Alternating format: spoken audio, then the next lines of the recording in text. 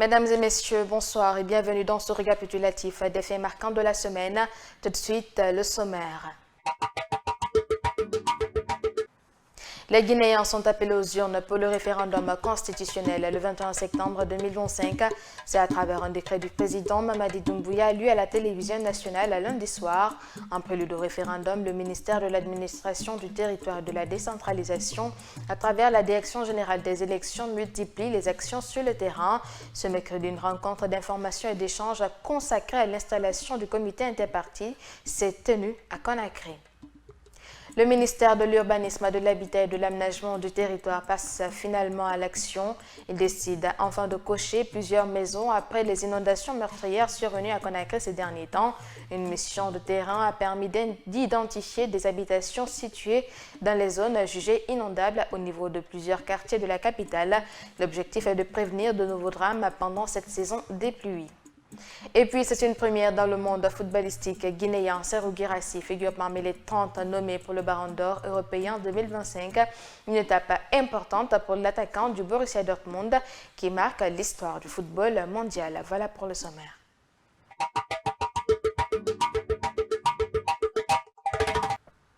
À travers un décret rendu public ce lundi 4 août 2025, le président de la transition, le général Mamadi Doumbouya, a convoqué le corps électoral le 21 septembre 2025 pour la tenue du scrutin référendaire.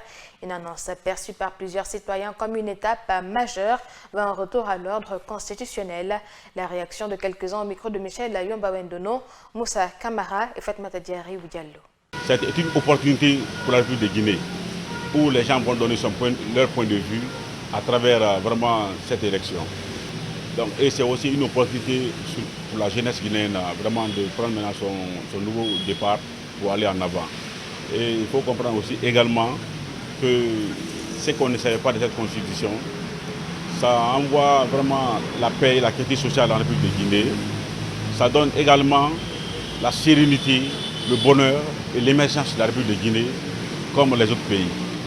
Donc j'appelle à tout le monde vraiment de se préparer pour les élections.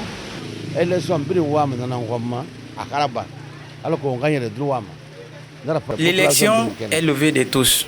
Pour que nous puissions évoluer par les règles, j'interpelle tout un chacun à aller voter. On ne vote pas pour les autorités, mais plutôt pour la citoyenneté.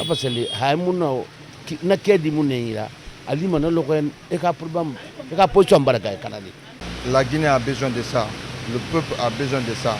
Et je pense que c'est la meilleure façon de tout bon citoyen de s'exprimer. Et ce n'est qu'un ouf de soulagement. D'abord, on s'attend de beaucoup de choses de la part du président du CNRD et ses membres. Nous attendons à un changement positif qui part tout droit à l'endroit du bas peuple. Puisque aujourd'hui nous souffrons beaucoup et nous comptons beaucoup sur le président pour changer la donne. Et nous le suivons, nous le croyons.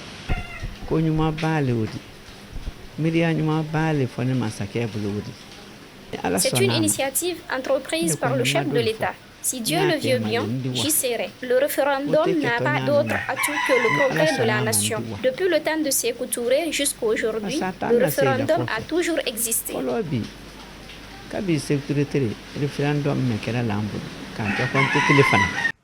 Dans le cadre du référendum prévu pour le 21 septembre prochain, le ministère de l'Administration du territoire et de la décentralisation, par le biais de la Direction générale des élections, a organisé ce mercredi 6 août 2025 une rencontre d'information et d'échange. Elle est consacrée à l'installation du comité interparti. Germaine Mansari. Dans la préfecture de l'Abbé, les opérations de vérification et de mise à jour des listes électorales provisoires ont connu un engouement. Les citoyens se sont déplacés en nombre pour vérifier l'exactitude de leurs données biométriques et d'état civil. Selon le directeur préfectoral des élections, la campagne a débuté par une phase intense de sensibilisation. Et chacun fait correctement son travail au niveau de la préfecture de l'Abbé. Les agents de correction, les agents de réenrôlement, ils sont sur le terrain avec ces appuis, c'est-à-dire le chargé d'état civil, le secrétaire général, l'enseignant, ils sont là et Ça, c'est au niveau des communes. Et aussi au niveau des quartiers, les chefs de quartier mobilisent les chefs de secteur.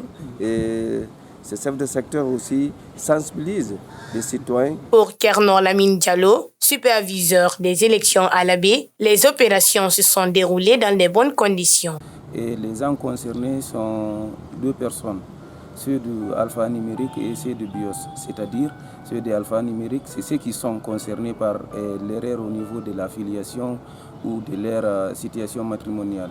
Et c'est de la correction biométrique et c'est ceux qui sont concernés par exemple les empreintes ou le visage en question. L'opération consiste à arranger ou à corriger l'erreur commise lors des recensements précédents. Depuis que je suis venu par l'aide de la direction et monsieur le préfet, et le travail se passe en merveille. Comme vous l'avez constaté déjà, nous sommes à la phase correction. Et partout dans les sous-préfectures aussi, et mes agents font le pareil aussi. Ça travaille bien et ça donne du bon résultat pour l'instant. En ce qui concerne les irrégularités signalées par certains électeurs, la Direction générale des élections se veut rassurante. Elle a affirmé que toutes les anomalies révélées étaient en cours de traitement et a assuré que les corrections nécessaires seront intégrées avant la tenue du scrutin référendaire prévu pour le 21 septembre 2025. À la suite des récentes inondations à Conakry, les autorités passent à l'action. Les agents du ministère de l'Urbanisme, de l'Habitat et de l'Aménagement du territoire ont procédé au marquage de plusieurs habitations situées dans des zones inondables. Objectif, prévenir de nouveaux drames en procédant à la démolition des constructions à risque. Bangali Camara. Cette opération de marquage concerne plusieurs quartiers classés zones à risque, dont Simamboussia, Kobaya Kinifi, Yataya et Kiroti. Partout, le constat est alarmant avec des constructions dans des zones marécageuses ou en bordure de cours d'eau, obstruant ainsi les voies d'évacuation des eaux. Les responsables du ministère de l'Habitat ont sonné les occupants de libérer les lieux dans les plus brefs délais. Nous sommes sortis avec nos directions pour faire le constat. Et ça trouve qu'il y a ces lieux, il y a des obstructions qui sont liées à une très mauvaise construction. Il y a des gens qui ont bâti des immeubles sans avoir l'accord du ministère de l'Habitat. Comme aujourd'hui, nous sommes dans une cour où il occupe au moins quelque chose de 4000 m² dans un bas-fond qu'il faut dire, où c'est un bassin où la vie n'est pas possible. On regarde aussi, il y a un immeuble de R+1 où l'eau va à un niveau de 2 mètres et quelques. Et c'est impossible qu'on puisse accepter que les gens vivent dans cette condition. Ce qui est dramatique, le constat a été fait. On a averti les gens de ne pas loger les gens ici. On vient, on trouve d'autres personnes ici. Et on les a intimés de quitter de toute urgence dans un délai très bref. Sinon, nous allons faire agir la force publique. Pour Mohamed Lamine Bangoura, la seule solution pour éviter des futurs dégâts est de démolir l'ensemble des occupations identifiées comme étant à risque. Pour nous, en tant que techniciens, si on nous écoute, le travail qui doit être fait, on nous concerte à l'avant, on ne peut pas vraiment constater des cas. Raser, ça c'est le minimum. Le maximum, c'est vraiment reprendre l'aménagement pour qu'au moins une vie soit possible ici. Après la phase de marquage et de sensibilisation, les machines entreront en action dans les prochains jours, précisent les autorités de l'habitat. Quelques jours après le drame survenu à Intermarché 2, les victimes craignent de revivre la même scène. À cela s'ajoutent les difficultés qu'ils traversent au quotidien. Ils sont sans eau potable, sans électricité, avec des routes impraticables. Tout a été détruit au-delà des habitations emportées par les eaux de ruissellement. Sur les 4 personnes portées disparues, une reste encore introuvable selon les sinistrés. C'est un reportage à grand format signé Ansoubey Le Baldé et Michel Yomba Wendeno. Assise sous le toit du reste de sa maison, Nana Yansane vit toujours sous le choc après l'inondation meurtrière. Celle-ci avait enregistré une disparition dans les eaux dont le corps a été finalement retrouvé ce dimanche, soit 4 jours après le sinistre. Des pêcheurs ont retrouvé le corps de ma fille au bord de la mer. Ils l'ont déposé à Antafassa. Le président du conseil de quartier nous a interpellés pour aller voir. C'est en ce moment on a délégué des enfants pour aller vérifier. Non loin, nous avons trouvé Mohamed Bangoura blessé lors de l'inondation du jeudi 31 juillet 2025. Il était parmi ceux qui ont été admis à l'hôpital pour les premiers soins médicaux. Mais depuis, c'est lui qui prend en charge ses ordonnances médicales, confie-t-il.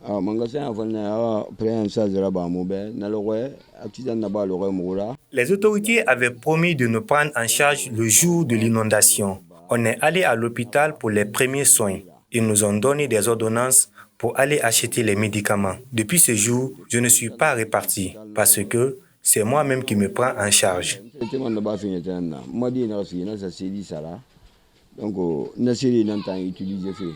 Au-delà, le constat est alarmant. Les sinistrés vivent mal à cause de tout ce qui s'est passé dans l'inondation. Le manque d'eau, puisque les tuyaux de la SEG sont endommagés, une situation qui impacte négativement les citoyens. Les routes impraticables à cause de leur dégradation, de gros trous qui occasionnent des risques de glissade pour les enfants de la localité sont visibles.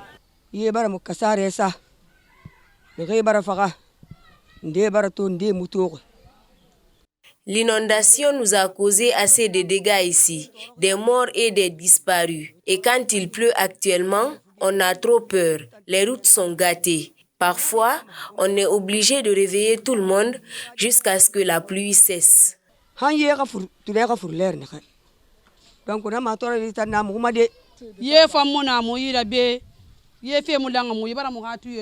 en manque d'eau ici. Tous les tuyaux de la SEG sont gâtés par inondation et nous souffrons pour cela. Ils n'ont qu'à nous aider. Si notre demande pour la SEG, c'est de nous aider. Parce que franchement, là, c'est pas facile pour nous. Ils doivent nous aider pour avoir de l'eau ici. Parce que même pour aller aux toilettes, il faut qu'on aille chez les autres pour aller aux toilettes. Donc, si tu pars là-bas, tout ce que tu dois faire là, il faut que les gens soient au courant. Vraiment, c'est pas facile. Pendant ce temps, des responsables du quartier étaient à pied d'œuvre pour recenser les sinistrés. Donc, dans ce cadre, nous on est venus pour recenser tous les sinistrés, tous ceux qui ont été impactés par rapport à ces inondations. Et au cas de mort, ainsi de suite, tout ce qui s'ensuit. Néanmoins, c'est pour juste avoir une information claire. Et à plus, on va faire le rapport au niveau du quartier. Certains parlent de 45 maisons touchées par l'inondation, des chiffres qui ne sont pas encore confirmés par les autorités du quartier rencontrées sur les lieux.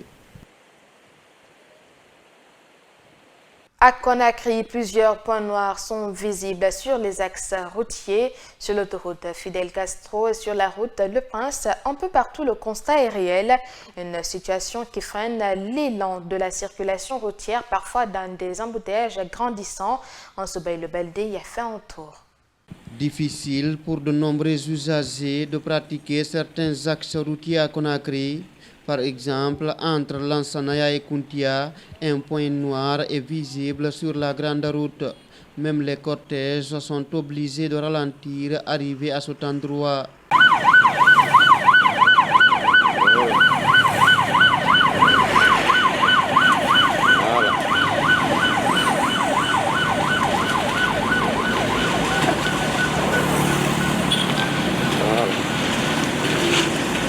Les autorités doivent nous aider pour la route là. Sinon, c'est pas bon. De l'aéroport jusqu'au kilomètre 36, les trous sont visibles sur la route. Parfois, on passe plusieurs heures dans la circulation. À cause de cette dégradation, ils n'ont qu'à nous aider, Yandi. Même constat au rond-point de la transversale numéro 8 sur la route Le Prince, à Sonfonia T7, à Sonfonia Gare au niveau du marché, à Sonfonia SOS sous la passerelle et à Wanindara entre la T5 et la T6. Partout, il y a des gros trous sur la chaussée empêchant la circulation rapide des engins. Il y avait une issue pour permettre à l'eau de passer librement. Maintenant, ils ont barré le passage. Chaque fois, nous vivons des accidents ici. C'est vraiment déplorable ce qui se passe ici.